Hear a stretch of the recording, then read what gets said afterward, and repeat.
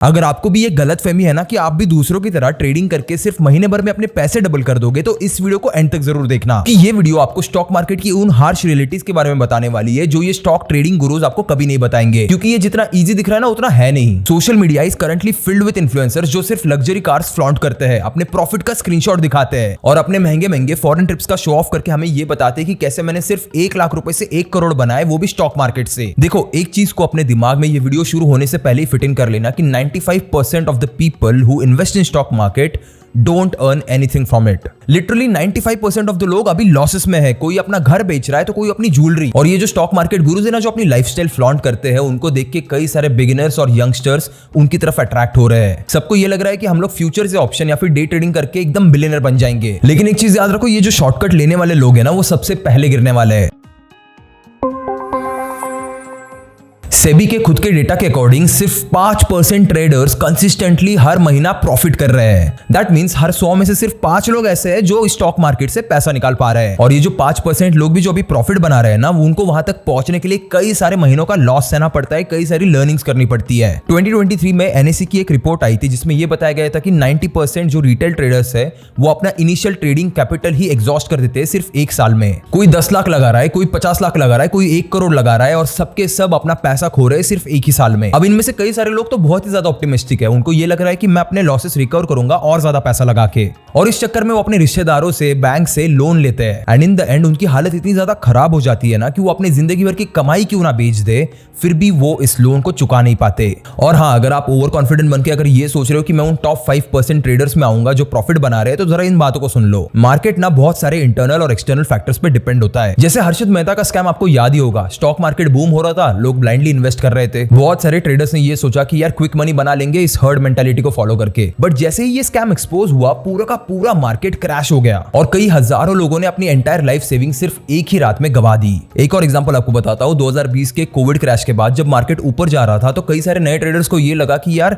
यहाँ पे easy money बन सकता है, अगर मैं अभी इन्वेस्ट करूंगा तो मैं बहुत पैसा बना लूंगा। बट जैसे ही 2022 में मार्केट वापस से करेक्ट हुआ और अपनी करेक्ट प्राइसेस पे आया, तो बहुत सारे लोगों ने यहाँ पे पैसा गवा दिया बिना सोचे समझे। बस दूसरों का देख के बहुत सारे लोगों ने अपने पैसे कुछ ऐसे स्टॉक्स में इन्वेस्ट कर दिए थे जो ऑलरेडी मार्केट से बहुत ज्यादा हाई वैल्यूड थे। एंड फिर होना क्या था, एक ना एक दिन उनकी प्राइस वापस से करेक्ट लेवल पे आने ही वाली थी। तो देखो, बड़ी सिंपल सी बात है, जितना ये इन्फ्लुएंसर्स तुम्हें ट्रेडिंग ग्लैमराइज करके दिखा रहे हैं ना, वो उतना ही ज्यादा डेंजरस भी है। लेकिन वो साइड कोई भी क्यों नहीं बताता, क्योंकि उन लोगों को अपने ट्रेडिंग कोर्सेज तुम्हें बेचने हैं। और तो और जो बिगिनर लोग हैं ना, जिनको ट्रेडिंग के बारे में कुछ पता ही नहीं है, उनको तो ये लोग अपनी गाड़ी और घर दिखा के एकदम अच्छे से टोपी पहनाते हैं। रियलिटी तो ये है कि ट्रेडिंग के 2 साइड्स है, एक जिसमें आप कॉशियसली लॉन्ग टर्म में खेलते हो, और दूसरा है फाइनेंशियल ट्रैप, जिसमें बहुत सारे इनएक्सपीरियंस्ड लोग अपनी सेविंग्स, इमोशंस और टाइम, ये सारी चीजें बर्बाद कर देते हैं। एक एक करके मैं आपको ये सारे ट्रैप्स पहले बताता हूं, ताकि जितने भी सारे बिगिनर लोग हैं ना, उनको पता चल जाए कि कहां पे पैसे नहीं डालने। पहला है फ्यूचर्स एंड ऑप्शंस। ये ना एक बहुत ही ज्यादा हाई रिस्क और हाई लेवरेज गेम है। अब ऐसा नहीं कि ये काम नहीं करता, ये काम करता है, लेकिन उन ट्रेडर्स के लिए जो रिस्क मैनेजमेंट और मार्केट की साइकोलॉजी को बहुत डीपली समझते हैं।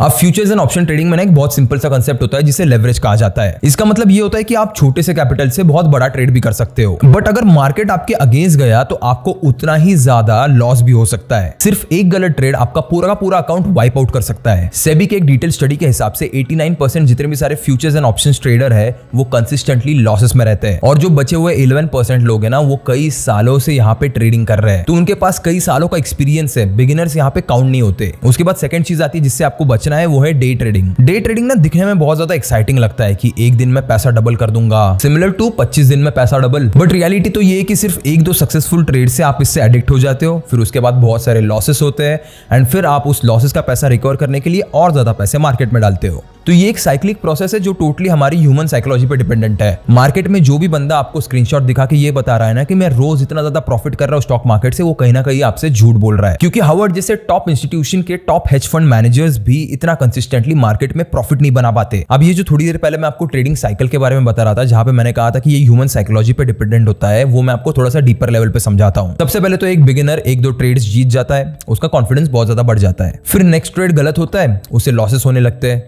अब लॉसेस को रिकवर करने के लिए वो और भी ज्यादा बड़े ट्रेड्स लेता है। अब यहाँ पे उसको होता है और भी बड़ा लॉस। अब यहाँ पे उसके अंदर एक चीज आती है, वो होती है फ्रस्ट्रेशन एंड रिवेंज ट्रेडिंग। यहाँ पे वो ऐसा सोचता है कि मैं एक ऐसा ट्रेड खेलूंगा ना जिससे मेरी पूरी लाइफ बदल जाएगी, मेरे सारे लॉसेस भी रिकवर होंगे और मैं हद से ज्यादा प्रॉफिट भी बना लूंगा। इस चक्कर में वो अपनी हैसियत के बाहर का लोन उठा लेता है। एक तरह से वो अपनी लाइफ के साथ, अपनी फैमिली के साथ गैम्बल कर रहा है। अगर जीत गया तो बहुत कुछ मिलेगा और अगर हार गया तो सब कुछ बेच बाच के भी वो पैसे चुका नहीं पाएगा। एंड 10 में से 9 बार लोग ऐसी बेट में हार जाते हैं। आज भी मैं आपको ऐसे कई सारे एग्जांपल्स बता सकता हूं जहां पे अपने बेटे के स्टॉक मार्केट में हुए बड़े से बड़े लॉस को रिकवर करने के लिए और उसका लोन चुकाने के लिए उसके पापा को कहीं पे मजदूरी करनी पड़ रही है। देखो, इस वीडियो के साथ मैं आपको डराना नहीं चाहता था, बस आपको एक सेफर और स्मार्टर अप्रोच बताना चाहता था। ट्रेडिंग ना एक high stress high risk game है और वो रिस्क और वो स्ट्रेस आप जब तक अपने आप तक रख रहे हो तभी बेटर है। और इतना ज्यादा रिस्क तुम्हें लेना ही क्यों और इंस्टेंट मनी के पीछे भागना ही क्यों है, जबकि तुम्हें पता है कि लॉन्ग टर्म इन्वेस्टिंग करोगे तो वो बहुत ही ज्यादा प्रूवन है वेल्थ बिल्डिंग के लिए। वॉरेन बफेट ने थोड़ी ना एक रात में इतना सारा पैसा कमाया था। It took him years to reach that level. लेकिन ऐसी कौन सी 4 जगह है जहां पे आप अपनी आंख बंद करके इन्वेस्ट कर सकते हो? ये जानने से पहले एक और प्रॉब्लम जान लो कि जो भी बंदा अपना हार्ड अर्न मनी मार्केट में पहली बार इन्वेस्ट कर रहा है, उसका सबसे बड़ा चैलेंज होता है कि एक फंडामेंटली स्ट्रॉन्ग स्टॉक को ढूंढना। अब ये करने के लिए ना आपको कई सारे फाइनेंशियल स्टेटमेंट समझने पड़ते हैं और इसमें बहुत ज्यादा टाइम और एनर्जी वेस्ट हो जाती है। तो हम लोग खुद अपने लिए बिना किसी की हेल्प लिए कैसे एक स्ट्रॉन्ग स्ट्रेटेजी डिसाइड कर सकते हैं और एक करेक्ट स्टॉक को एक राइट टाइम पे कैसे पिक कर सकते हैं, ये सारी चीजें मैंने एक बुक से सीखी है। इस एक बुक ने मुझे इन्वेस्टिंग के बारे में A to Z सब कुछ समझाया है और ये बुक है ज़ीब्रा लन की इन्वेस्टिंग मास्टरमाइंड। इस बुक की ना सबसे बड़ी खासियत मुझे ये लगी कि अनलाइक बाकी सारे फाइनेंशियल बुक्स जो सिर्फ टेक्स्ट और नंबर से भरे हुए होते हैं, ये बुक बहुत ज्यादा अलग है, बहुत ज्यादा यूनिक भी है। इसमें कई सारे डायग्राम्स है, फिगर्स है, यानी एक पिक्टोरियल वे में सब कुछ रिप्रेजेंट किया गया है। और आप लोग तो जानते हो कि हम ह्यूमंस की ना पिक्टोरियल मेमोरी बहुत ज्यादा स्ट्रांग होती है।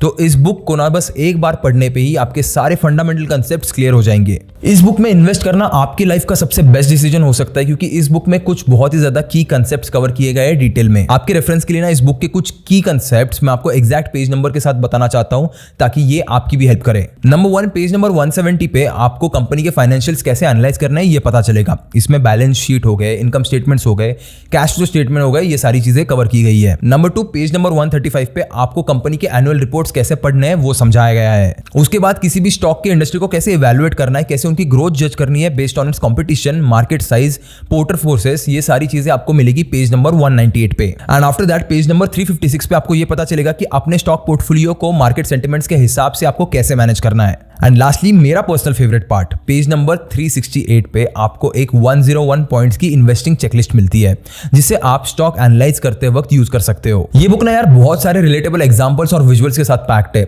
हर कोई इसे एकदम इजीली समझ सकता है, इवन बिगिनर्स। तो ये आपके लाइफ का बेस्ट इन्वेस्टमेंट बन सकती है और आपको लाइफ में कभी भी स्टॉक से रिलेटेड कोई भी डाउट्स हो तो आप इसे बार बार रेफर जरूर करोगे। आप मेरा कूपन कोड WEBER15 यूज कर सकते हो फॉर एडिशनल 15% डिस्काउंट। इसकी लिंक आपको नीचे मेरे डिस्क्रिप्शन में मिल जाएगी। Now getting back to those 4 things जहां पे आप आंख बंद करके इन्वेस्ट कर सकते हो, जिसमें सबसे पहले आते हैं इंडेक्स फंड। निफ्टी 50 या फिर सेंसेक्स जैसे मार्केट लीडर्स में इन्वेस्ट करना बिगिनर्स के लिए बहुत ही ज्यादा बेस्ट है, क्योंकि वहां पे कंसिस्टेंट ग्रोथ होती है और रिस्क भी काफी ज्यादा कम होता है। उसके बाद आते हैं blue chip stocks, Reliance, HDFC, Infosys, ये जो फंडामेंटली स्ट्रॉन्ग कंपनीज है ना, वहां पे आप आंख बंद करके पैसा लगा सकते हो, क्योंकि जैसे ये कंपनीज ग्रो हो रही है उसी हिसाब से आपका पैसा भी ग्रो होगा। उसके बाद आता है SIP यानी systematic investment plan. Mutual fund में मंथली SIP करो। कंपाउंडिंग का पावर कहीं ना कहीं पे आपको समझना पड़ेगा। यहाँ पे बहुत बार ऐसा होता है कि हमारे पास महीने के स्टार्ट में पैसा तो आता है अकाउंट में, लेकिन महीने के एंड में हमारे पास कुछ भी नहीं बचता। तो इंस्टेड ऑफ डूइंग FD या फिर अपना पैसा ऐसे बैंक में पड़े रहने से अच्छा आप SIP कर लो। उसके बाद आते हैं गोल्ड एंड डेब्ट फंड्स। अगर आप ना लो रिस्क पे बहुत ज्यादा डाइवर्सिफिकेशन चाहते हो तो गोल्ड एंड डेब्ट फंड्स एक बहुत ही ज्यादा सेफर ऑल्टरनेटिव्स है।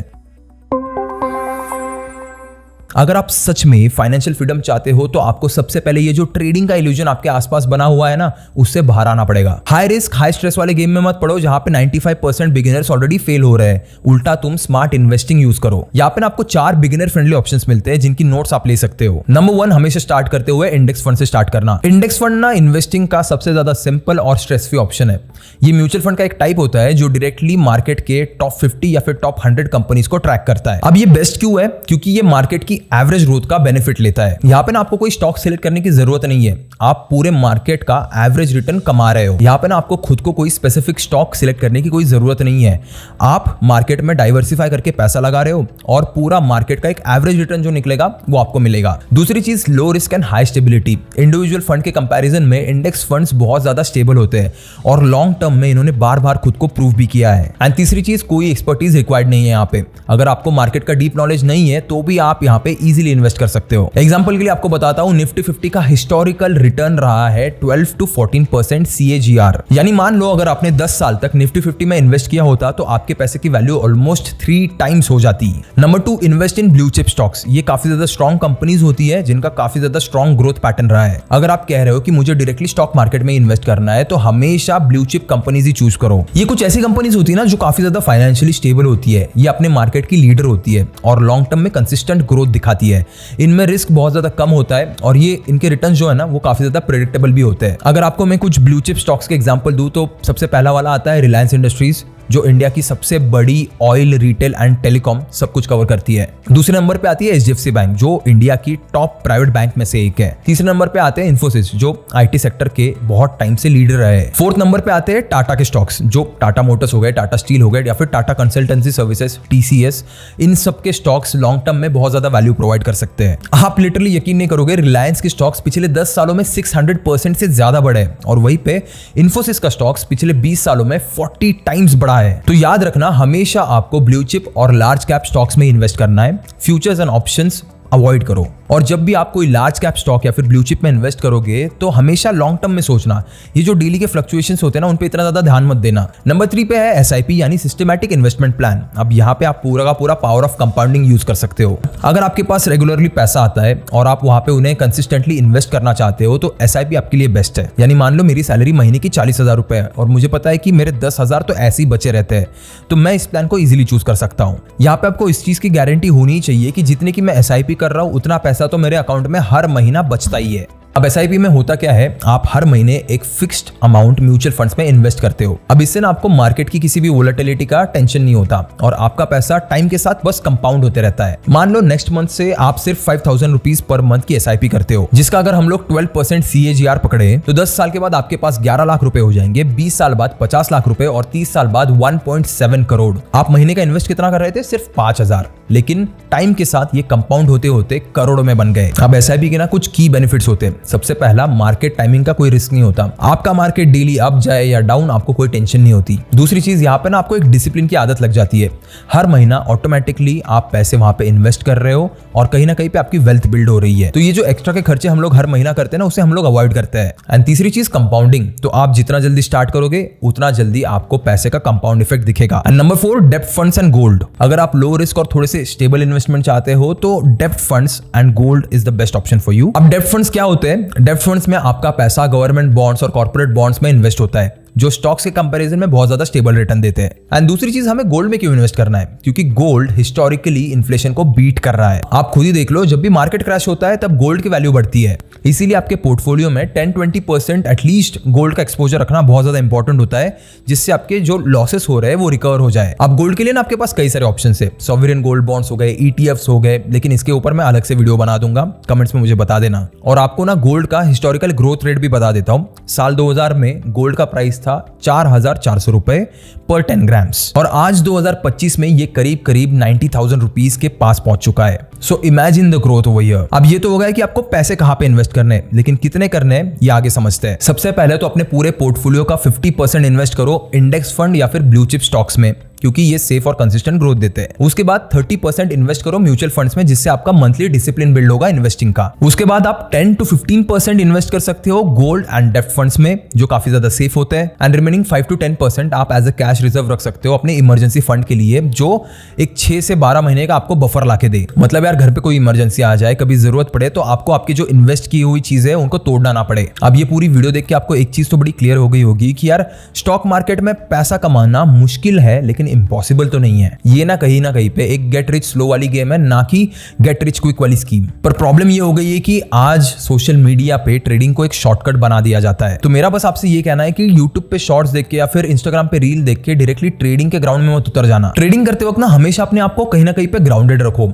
आप एक चीज याद रखो कि जब भी आप कोई एक ट्रेड कर रहे हो, आपके सामने एक एक्सपीरियंस ट्रेडर बैठा है और आपको लग रहा है कि आप किसी की रील देख के या शॉर्ट्स देख के उसको हरा दोगे। दूसरी चीज, मार्केट सिर्फ पेशेंस वालों को रिवॉर्ड करता है, ना कि गैम्बलर्स को। तीसरी चीज, हमेशा याद रखना कि 95% लोग हमेशा ट्रेडिंग में पैसा हारने वाले, क्योंकि वो इमोशनल डिसीजंस ले रहे हैं, और दूसरी चीज वो बिना किसी स्ट्रैटेजी के ट्रेड कर रहे हैं। एक बात को ना समझ लो कि यार ट्रेडिंग अगर इतनी इजी होती है तो हर दूसरा आदमी सड़क पे चलता हुआ करोड़पति होता। नो डाउट स्टॉक मार्केट में पैसा है, लेकिन सिर्फ उनके लिए ही है जो लॉन्ग टर्म में गेम खेलते हैं। ये वीडियो एंड होने से पहले मैं आपको एक क्विक रिकैप देना चाहता हूं, जितनी भी सारी चीजें हम लोगों ने डिस्कस की इस वीडियो में उसका। तो अगर आप सच में लाइफ में फाइनेंशियल फ्रीडम चाहते हो तो रिस्क की शॉर्टकट्स के पीछे मत भागो। ट्रेडिंग आपको शॉर्ट टर्म थ्रिल दे सकती है, लेकिन लॉन्ग टर्म सिक्योरिटीज सिर्फ आपको स्मार्ट इन्वेस्टिंग लाके देगी। उसके लिए आप इंडेक्स फंड में इन्वेस्ट कर सकते हो, जहां पे मार्केट की एवरेज ग्रोथ को कंसीडर किया जाता है बिना ज्यादा रिस्क लिए, तो वहां पे ना रिस्क बहुत कम हो जाता है। दूसरी चीज आप कर सकते हो वो है ब्लू चिप स्टॉक्स को लेना। ये ऑलरेडी फंडामेंटली स्ट्रॉन्ग कंपनीज है जो लॉन्ग टर्म में ऑलरेडी परफॉर्म कर चुकी है और बहुत ज्यादा आगे भी स्टेबल रहने वाली है। तीसरी चीज, फटाफट से एक एसआईपी शुरू कर दो ताकि मार्केट के फ्लक्चुएशंस का आपके पोर्टफोलियो के ऊपर कोई असर ना पड़े। एंड फोर्थ, गोल्ड एंड डेप्ट फंड्स में एक मिक्स्ड इन्वेस्टमेंट रखो ताकि आपका पोर्टफोलियो बैलेंस रहे। एंड लास्टली, अगर आप भी अपनी स्टॉक मार्केट की जर्नी शुरू करना चाहते हो तो आपको भी एक बुक चाहिए जो आपको लाइफ लॉन्ग इस जर्नी में गाइड करती रहे। एंड इसके लिए आपका बेस्ट सोल्यूशन रहेगा ज़ीब्रा लर्न की स्टॉक इन्वेस्टिंग मास्टरमाइंड बुक। इसकी लिंक मैंने ऑलरेडी डिस्क्रिप्शन में दे दी है, तो वहां से इसे जरूर चेकआउट करना। और अगर ये वीडियो आपको इंसाइटफुल लगी तो अपने व्हाट्सएप ग्रुप में इस वीडियो को जरूर शेयर करना और चैनल को सब्सक्राइब जरूर करना। मैं मिलूंगा आपको अगली वीडियो में, तब तक के लिए कीप इंस्पायरिंग।